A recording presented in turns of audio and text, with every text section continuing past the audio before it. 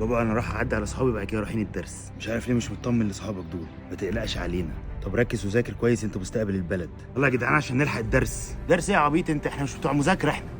مصلحه ولا مروحه؟ ما احنا لازم نذاكر عشان ننجح ونطلع دكاتره ومهندسين. يعني احنا لو طلعنا مهندسين يعني هنفرق في البلد قوي؟ انا اخويا الكبير جايب 40% وزي الفل.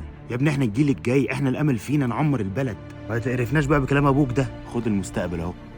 عمر تعالى قول لي انت شايف ايه؟ زباله. مش شايف حاجه تانية غير الزباله؟ لا كله زباله. انت شايف حته الذهب دي؟ لا. دول صحاب السوق والناس اللي تفكيرها غلط، وده انت مهما كنت قايم في وسطهم هيخلوك زباله. خد. عايز تلمع اقعد مع حد يلمعك. اشمعنى فلسطين؟ عشان دي الغاليه قوي اللي مدفونه في الزباله. طب هنلمعها امتى بقى؟ لما تروح الدرس وتجمد وتبقى متقدم، ساعتها هنشيل الزباله كده.